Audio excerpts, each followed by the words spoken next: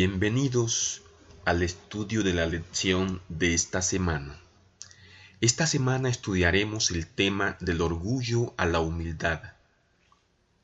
Les comparto la lección desde el canal Gloria a Dios por siempre. Esta semana estudiaremos lo que sucedió a Nabucodonosor al pasar del orgullo a la humildad, experiencia que le permitió finalmente reconocer que el Eterno gobierna en los reinos de los hombres, o como dijo Salomón en Eclesiastés, uno más alto gobierna sobre lo alto. ¿Cuántos hay que en la adversidad han permanecido fieles a Dios, pero que han caído bajo las deslumbrantes seducciones de la prosperidad? La copa más difícil no es la vacía, sino la que está llena hasta el borde. Esta es la que exige el mayor cuidado para conservarla en equilibrio. La aflicción y la adversidad traen consigo desengaño y tristeza, pero la prosperidad es lo más peligroso para la vida espiritual. Ministerio de Curación, página 143. En el valle de la humillación, donde los hombres sienten su necesidad y dependen de Dios para que guíe sus pasos, hay seguridad relativa. Pero los que se encuentran, por así decirlo, en la cumbre, y a quienes debido a su situación se les atribuye sabiduría, son los que corren el mayor peligro. A menos que confíen en Dios, caerán seguramente. Ministerio de Curación, página 143. Envalentonado por sus diversos triunfos del imperio babilónico, desde los días de Nabopolassar hasta sus días de gloria en los que estaba viviendo, el rey Nabucodonosor se creyó invencible. Al tiempo que consideraba su imperio inexpugnable, no encontrando resistencia a su paso y sabiendo que todos los reinos habían sucumbido ante él, se llena de una suficiencia que el mundo hasta entonces no había conocido. Se dedica a hacer del imperio un monumental espacio de grandeza y de esta manera se inscribe dentro de los grandes de la antigüedad. Dado que el orgullo fue la causa de la caída de Lucifer, muchos no han dudado en comentar que este es el verdadero pecado original. Primero se manifiesta en Lucifer, un ángel en los atrios celestiales. Así dice Dios por medio de Ezequiel: se enalteció tu corazón a causa de tu hermosura, corrompiste tu sabiduría a causa de tu esplendor. Yo te arrojaré por tierra delante de los reyes, te pondré para que miren en ti. El orgullo condujo a la caída de Lucifer, por lo que ahora lo usa para guiar a innumerables personas por el camino de la destrucción. El orgullo de su propia gloria le hizo desear la supremacía. Lucifer no apreció como don de su creador los altos honores que Dios le había conferido, y no sintió gratitud alguna. Se glorificaba de su belleza y elevación, y aspiraba a ser igual a Dios. Conflicto de los siglos, página 403, versión electrónica. Todos somos seres humanos caídos que dependemos de Dios para nuestra propia existencia. Todos los dones que tenemos, cualquier cosa que logremos con esos dones, vienen solo de Dios. Por lo tanto, ¿cómo nos atrevemos a ser orgullosos, jactanciosos o arrogantes?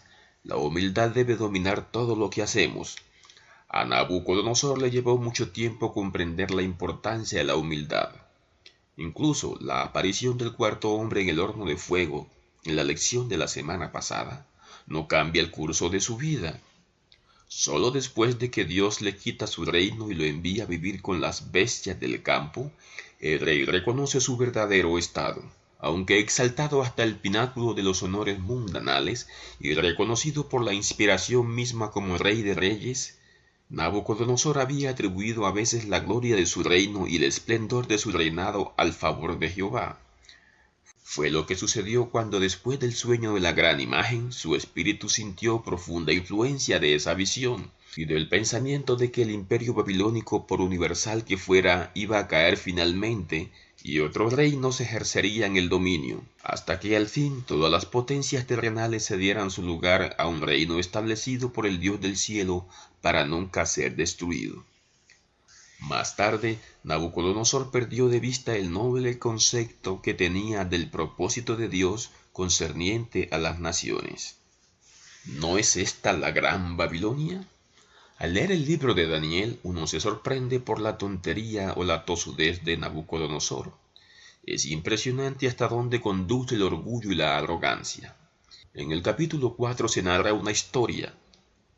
El rey ya sabía cuál sería su destino después de que Daniel le indica el sueño, y pese a eso expresa: ¿no es esta la gran Babilonia que yo edifiqué para casa real con la fuerza de mi poder y para gloria de mi majestad? El capítulo 4 narra hasta dónde descendió el rey en su orgullo y lo que fue necesario hacer para rescatarlo. Nabucodonosor no fechó los sucesos mencionados en este capítulo, pero según el escritor William Shea, tenemos algunas indicaciones que nos ayudan a establecer cuándo ocurrieron los hechos. El rey declara que se encontraba en su palacio, satisfecho y próspero. Tal descripción se aplicaría más naturalmente a un periodo intermedio de su reinado de 43 años, es decir, a la mitad de su reinado. Durante el primer tercio de su reinado, Nabucodonosor dirigió sus ejércitos en campañas casi permanentes. Durante el último tercio salió nuevamente a la guerra con su ejército. Por lo tanto, fue mayormente durante el segundo tercio de su largo periodo que se mantuvo en paz y prosperidad, dado que sus mayores conquistas militares ya las había llevado a cabo antes. ¿Pero qué llegó a ser Babilonia? ¿Qué fue lo que llevó a que Nabucodonosor dijera esto de aquella gran ciudad? Entre 1899 y 1913, Babilonia fue excavada por el arqueólogo alemán Robert Goldewey y su equipo. Ladrillo a ladrillo fueron reconstruyendo lentamente la imagen de la antigua ciudad. Su investigación sacó a la luz a Babilonia tal cual había sido en sus años finales, durante el reinado de Nabucodonosor II. Bajo las ruinas de Babilonia de Nabucodonosor se encuentran los restos de la ciudad en épocas anteriores. En el siglo XVII a.C., Babilonia se había convertido en el centro de un amplio imperio, durante el reinado de Hammurabi. El equipo de Goldewey encontró que la Babilonia de Hammurabi contaba con preciosos templos y palacios, así como un complicado laberinto de estrechas calles flanqueadas por casas. Todos los edificios estaban hechos de adobes sobre cimientos de ladrillos cocidos. La capital de Hammurabi estaba protegida por fuertes murallas. Tras el reinado de Hammurabi, Babilonia pasó a mano de los casitas, que la gobernaron desde 1660 a.C. hasta 1150 a.C. Entonces, en el siglo VII a.C., los asirios capturaron y saquearon la ciudad. Pero en el año 626 a.C., el general babilonio Nabopolassar derrotó a los asirios, recuperando Babilonia nuevamente su antigua gloria. Él y su hijo Nabucodonosor reconstruyeron la capital y la transformaron en la más bella ciudad del Oriente Medio antiguo. La capital de Nabucodonosor ocupaba una extensión de 850 hectáreas, según los registros antiguos, más grande que muchas ciudades modernas. En su apogeo vivían en ella 250.000 personas. La ciudad rectangular estaba rodeada por una doble línea de murallas. La exterior tenía 26 metros de grosor, la interior era igual de maciza. El historiador del mundo antiguo, Heródoto, nos dice que por el camino de ronda podían pasar juntos 2 carros tirados por 4 caballos cada uno. 8 puertas de bronce daban paso a la ciudad. La más magnífica de ellas era la puerta de Istar. Sus muros y acceso estaban decorados con brillantes ladrillos vidriados de color azul, además por relieves de animales que representaban a los dioses babilónicos. Istar, la diosa del amor y la guerra, estaba representada por un león. Adad, el dios de las tormentas, estaba representado por un toro. Un grifo representaba a Marduk, que era un dios importante, además del patrón de la ciudad. En época de Nabucodonosor, el río Éufrates atravesaba la ciudad dividiéndola en dos. Ambas mitades estaban comunicadas mediante un puente de piedra. La parte occidental contenía las casas de la mayoría de los ciudadanos, mientras que la parte oriental contenía templos y palacios. El palacio de Nabucodonosor estaba cerca de la puerta de Istar, conocido como la maravilla de la humanidad. Se construyó en torno a 5 patios y sus muros estaban decorados con ladrillos vidriados.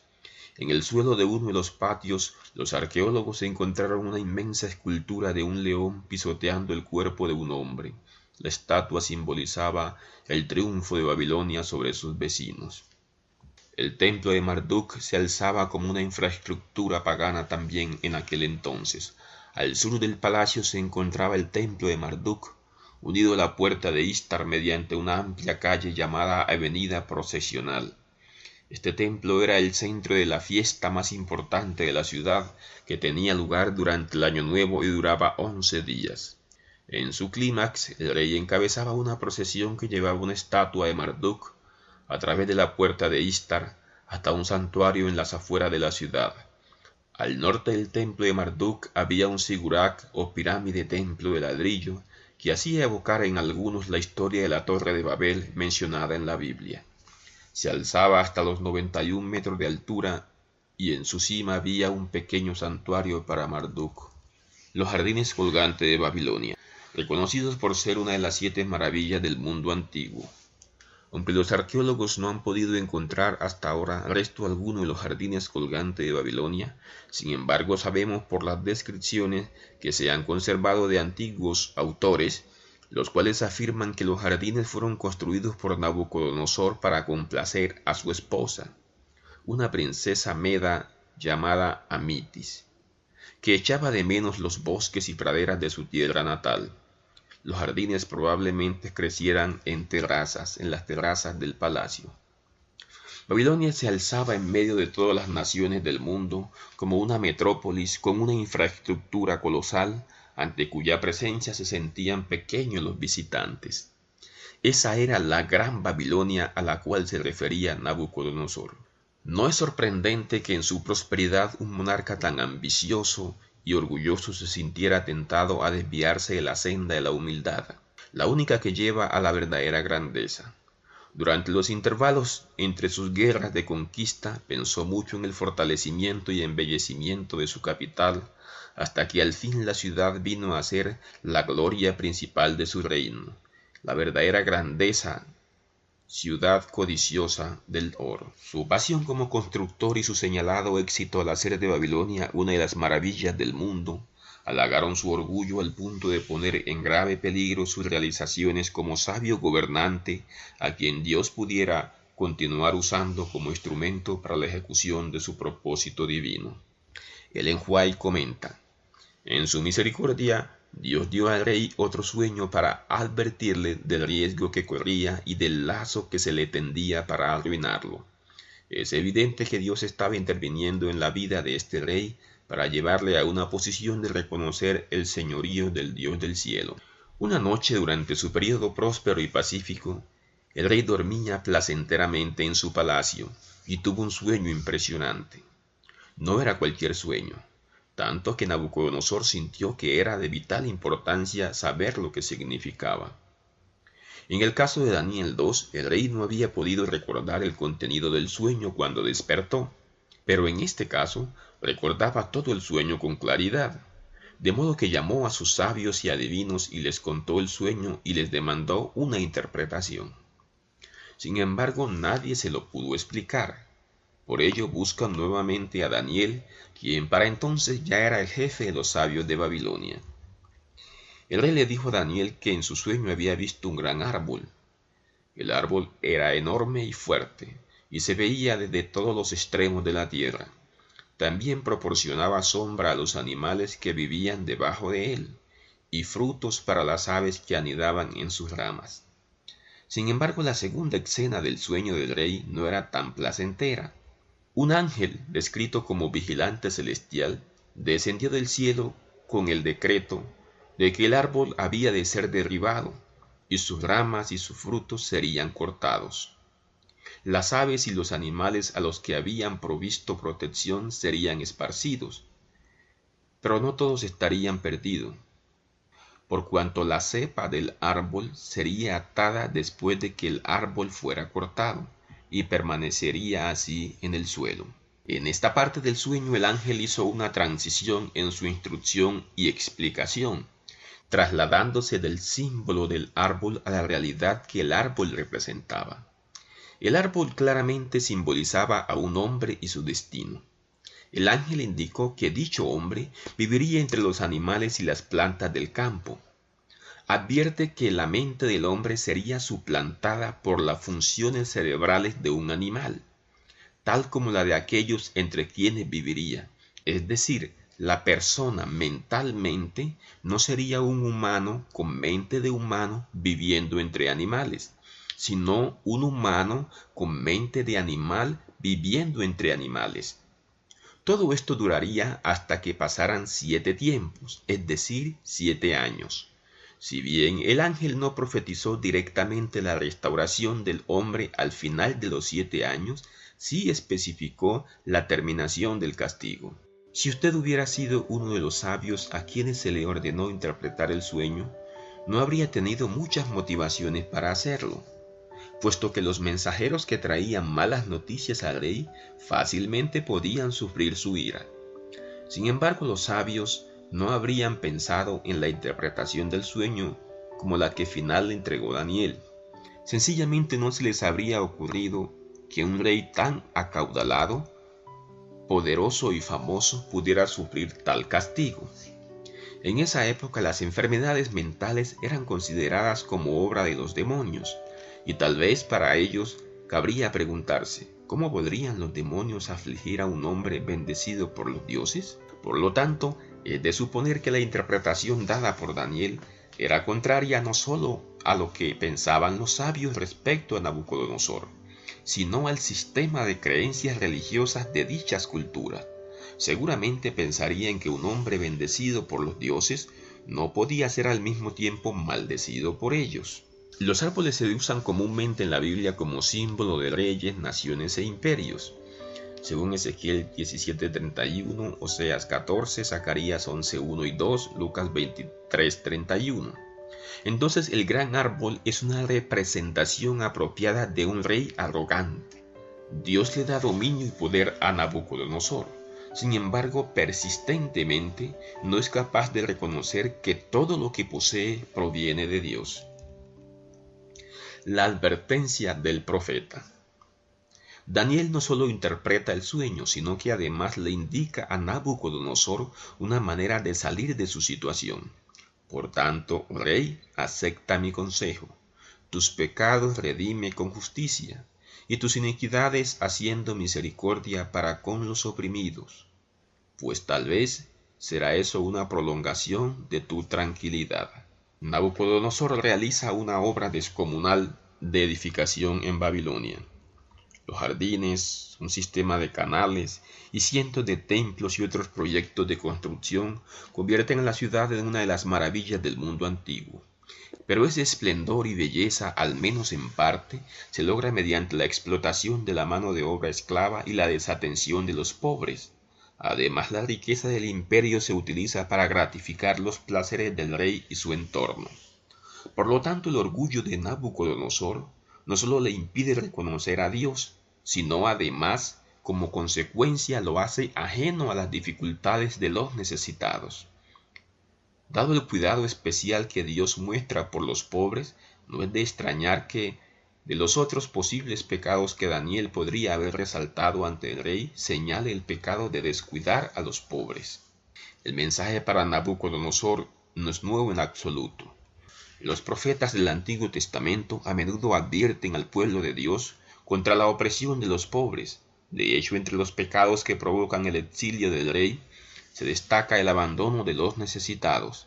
Después de todo, la compasión por los pobres es la máxima expresión de la caridad cristiana. A la inversa, la explotación y el abandono de los pobres constituye un ataque a Dios mismo.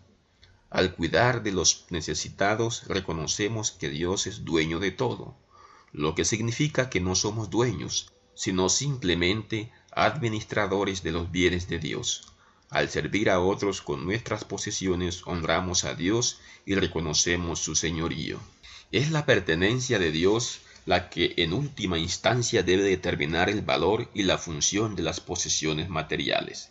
Aquí es donde falla Nabucodonosor, y nosotros también nos arriesgamos a fallar, a menos que reconozcamos la soberanía de Dios sobre nuestros logros y manifestemos nuestro reconocimiento de esta realidad ayudando a los necesitados.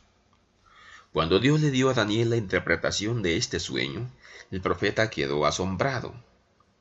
Al igual que los demás sabios, Daniel no salía de su asombro cuando se le comunicó que algo tan terrible podría ocurrirle a alguien tan prominente y poderoso como Nabucodonosor.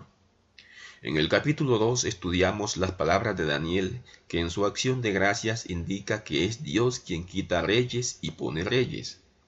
Dada la preeminencia que había obtenido Nabucodonosor, ciertamente pareciera que era Dios quien lo había colocado en esa posición tan encumbrada. Es innegable que Dios había exaltado a Nabucodonosor y le había dado gran poder, pero ahora iba a mostrar otra cara de la moneda. El que ponía reyes también podía deponerlo, y Nabucodonosor estaba próximo a ser depuesto. Después de hacer una descripción del enorme árbol, Daniel dijo: «Tú eres aquel árbol». Pero luego viene la parte más difícil y asombrosa.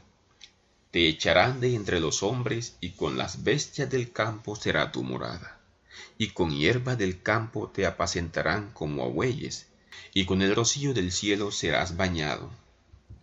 Y 7 tiempos pasarán sobre ti, hasta que conozcas que el Altísimo tiene dominio en el reino de los hombres y que lo da a quien él quiere».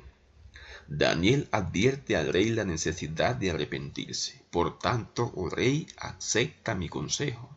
Redime tus pecados con justicia y tus iniquidades haciendo misericordia con los oprimidos, pues tal vez esto sirva para una prolongación de tu tranquilidad». La exhortación de Daniel no solo apeló al rey por un arrepentimiento de palabras, sino que también requirió acciones que se correspondieran con la profundidad y sinceridad de su arrepentimiento. Demandó buenas acciones y restauración en nombre de los oprimidos. Daniel desafió a este temible conquistador que se había desplazado invencible por el Medio Oriente. Nabucodonosor había oprimido a otros hasta el límite. Sus colosales obras de infraestructura se construyeron sobre la base de la dominación y la opresión de los pueblos y personas que sufrieron el rigor de su ambición. Ahora tendría la oportunidad de resarcir esos males. El Altísimo gobierna. Dios le dio mucho tiempo a Nabucodonosor. El mismo Daniel le había advertido que el arrepentimiento ayudaría a que su castigo fuese atenuado. Aún con esta advertencia, el obstinado rey siguió atribuyéndose la gloria. A pesar de que se le dijo que se arrepintiera y buscara el perdón de Dios, el implacable orgullo de Nabucodonosor hace que se ejecute el decreto celestial. Mientras el rey se pasea por el palacio y se jacta de lo que ha logrado, sufre una condición mental que fuerza su expulsión del palacio real.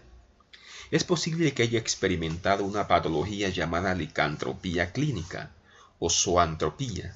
Esa condición lleva al paciente a actuar como un animal. En los tiempos modernos, esta enfermedad se denomina disforia de las especies, la sensación de que el cuerpo de uno es de la especie equivocada y por lo tanto el deseo de ser un animal.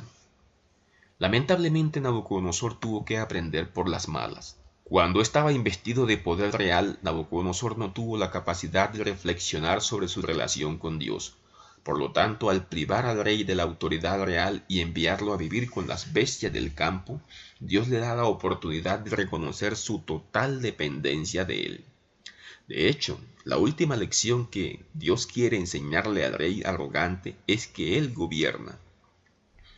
Por cierto, el juicio sobre el rey tiene un propósito aún mayor en el plan de Dios, tal como lo expresa claramente el decreto de los seres celestiales. para que conozcan los vivientes que el Altísimo gobierna el reino de los hombres, y que a quien él quiere lo da y constituye sobre él al más bajo de los hombres. En otras palabras, la disciplina aplicada a Nabucodonosor debería ser una lección para todos nosotros también. Debido a que pertenecemos al grupo de los vivientes, deberíamos prestar más atención a la lección principal que debemos aprender, que el Altísimo gobierna sobre el reino de los hombres. Alzar los ojos al cielo. Dios permite que Nabucodonosor se vea afectado por una enfermedad extraña, pero con el tiempo lo restituye fácilmente a un estado mental sano. Curiosamente, todo cambia cuando al final de los 7 años predichos por el profeta, el rey enfermo alza los ojos al cielo. Durante 7 años Nabucodonosor fue el asombro de todos sus súbditos. Durante 7 años fue humillado ante todo el mundo. Al cabo de ese tiempo la razón le fue devuelta y mirando con humildad hacia el Dios del cielo, reconoció en su castigo la intervención de la mano divina. En una proclamación pública confesó su culpa y la gran misericordia del Dios viviente al devolverle la razón. Profetas y Reyes, página 382. Sin duda pueden ocurrir grandes cambios cuando elevamos nuestros ojos al cielo. Tan pronto como recobró la razón, el rey dio testimonio de que aprendió la lección. Pero esta historia tiene que ver más con la misericordia de Dios que con Nabucodonosor. El rey había perdido 3 oportunidades anteriores de aceptar al Dios de Israel como el Señor de su vida. Él dispuso de esas ocasiones al reconocer la sabiduría excepcional de los 4 jóvenes cautivos de Judea, cuando Daniel interpreta el sueño y cuando los 3 hebreos son rescatados del horno de fuego. Al fin y al cabo, si ese It hurt good, more than I can say. But maybe love isn't holding on. Maybe it's knowing when to walk away. We try to hold what we're slipping through, like sand running from our hands. Every promise started losing shape. We couldn't be what we once planned. Your eyes would look right through mine, like you were already gone. We stayed too long in a fading light, trying to prove we still. It hurt good, more than I can say. But maybe love isn't holding on. Maybe it's knowing when to walk away.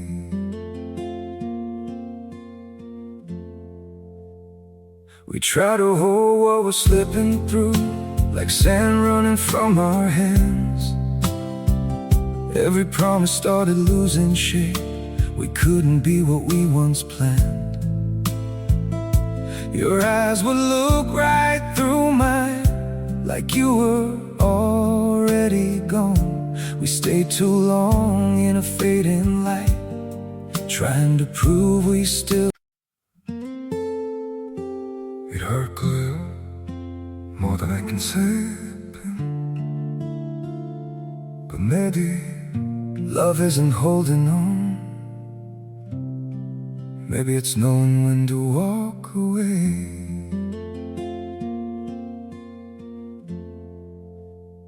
We try to hold what we're slipping through, like sand running from our hands. Every promise started losing shape. We couldn't be what we once planned. Your eyes would look right through mine, like you were already gone. We stayed too long in a fading light, trying to prove we still. It hurt good, more than I can say. But maybe love isn't holding on. Maybe it's knowing when to walk away.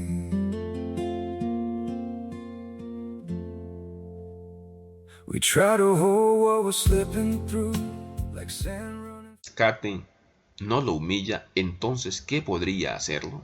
A pesar de la obstinación del gobernante, Dios le da una cuarta oportunidad. Finalmente conquista el corazón del rey y lo restituye a su cargo real. Como ilustra el caso de Nabucodonosor, Dios nos da una oportunidad tras otra para restaurarnos a una relación correcta con Él. Como Pablo escribe muchos siglos más tarde, quiere que todos los hombres sean salvos y vengan al conocimiento de la verdad. En esta historia vemos un poderoso ejemplo de esa verdad. En vista del vacío de poder que se generó en el caso de Nabucodonosor, es pertinente anotar que cabe una pregunta. ¿Por qué no se generó una sublevación? ¿Cómo hizo Nabucodonosor para mantener el trono a pesar de su locura? Esta habría sido la oportunidad ideal para que algún usurpador asesinara al demente rey y ocupara el trono en su lugar. Hay al menos dos razones que reducían las probabilidades que eso pasara. Primera, el Dios del cielo, según Daniel 2:21 en la versión La Nueva Biblia al Día, tiene el control de lo que pasa en el mundo. Él quita reyes y coloca a otros sobre sus tronos. En tal sentido, si el Dios del cielo había dicho que no le sería quitado su reino, pues sencillamente nadie iba a hacerlo. Segunda razón, la creencia de esas naciones antiguas con relación a enfermedades mentales. Ellos creían que este tipo de trastornos habían sido provocados por los demonios, que eran dioses de menor categoría que odiaban a los seres humanos. También creían que si se mataba deliberadamente a una persona mientras sufría una demencia, el dios demonio que había causado la enfermedad mental caería sobre el criminal. Por lo tanto, nadie se arriesgaría a adquirir una enfermedad mental matando a una persona así afligida. La teología babilónica, o la psicología si se quiere, sirvieron de dique de protección en el periodo de su incapacidad. Humilde y agradecido. ¿Cómo sabemos que Nabucodonosor aceptó realmente al Dios verdadero? Encontramos un elemento de prueba importante en el hecho de que Nabucodonosor es el autor de Daniel 4. De hecho, la mayor parte de este capítulo parece ser una transcripción de una carta que el rey distribuye a su vasto reino. En esta carta habla de su orgullo y su locura. Reconoce con humildad la intervención de Dios en su vida. Los antiguos monarcas rara vez escribían algo despectivo sobre sí mismos. Prácticamente todos los documentos reales antiguos que conocemos glorifican a su rey. Por lo tanto, esta última mirada de Nabucodonosor en el libro de Daniel muestra a un rey humilde y agradecido, que entona alabanzas a Dios y nos advierte en contra del orgullo. Por supuesto, Dios sigue cambiando vidas hoy. No importa cuán orgullosas o pecaminosas puedan ser las personas, en Dios hay misericordia y poder para convertir a los pecadores rebeldes en hijos del Dios celestial. Podemos resumir en las siguientes frases. Aunque no disponemos del poder y la autoridad que Nabucodonosor ejerció como gobernante, sí podemos aprender de la experiencia como él. Todos los seres humanos tendemos a tener un concepto de nosotros mismos más elevado que el que debemos tener. Igual que exaltamos nuestros propios logros, grandes o pequeños.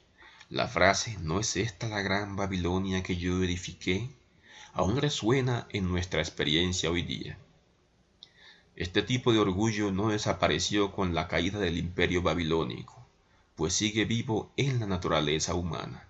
Tiene su origen más remoto en la frase de la serpiente «seréis como Dios», y se sigue manifestando de diferentes maneras, y es el fundamento de las religiones modernas del humanismo, el cual sostiene que los seres humanos estamos tan capacitados mental y físicamente que no tenemos necesidad de la ayuda de ninguna fuerza exterior, llámese Dios o quien quiera que sea. Pero justo cuando llegamos a este punto en nuestra experiencia, algo surge, y se interpone en nuestra confianza propia y nos conduce de vuelta a los brazos de nuestro Padre Celestial, el único que puede satisfacer nuestras necesidades. El problema puede ser individual, una crisis de salud o una crisis financiera, o puede ser familiar, la muerte de un ser querido. Puede ser algo local como una inundación o un incendio, o nacional o internacional como una guerra o una hambruna. Cualquiera que sea la forma que adopte la crisis, aprendemos que nuestra propia capacidad y recursos son insuficientes para enfrentarlas. Entonces levantamos nuestra vista al cielo y comprendemos que el Eterno gobierna sobre el reino de los hombres y Él tiene el mundo en sus manos. El humanismo y nuestro orgullo son como un cheque girado por la sociedad contemporánea a los seres humanos. Muchos depositamos nuestra confianza en ellos, pero cuando nos enfrentamos a las profundas necesidades de la vida, aparece la lectura más temida: fondos insuficientes. Quedamos en bancarrota sin recursos para atender los desafíos más profundos de la vida humana. Conviene recordar que nuestros máximos logros los alcanzamos cuando nos arrodillamos humildemente al pie de la cruz. Nabucodonosor descubrió eso y seguramente nuestra experiencia nos lleva a la misma conclusión. A partir de lo anterior, es bueno concluir con la frase de Moisés: Señor, ayúdanos a contar bien nuestros días, de modo que traigamos al corazón sabiduría. Salmos 90:12. Apreciados amigos, les deseo toda bendición del Padre Celestial. Hasta entonces, cuando a través de este canal volvamos a presentar la lección semanal que nutre nuestra vida espiritual.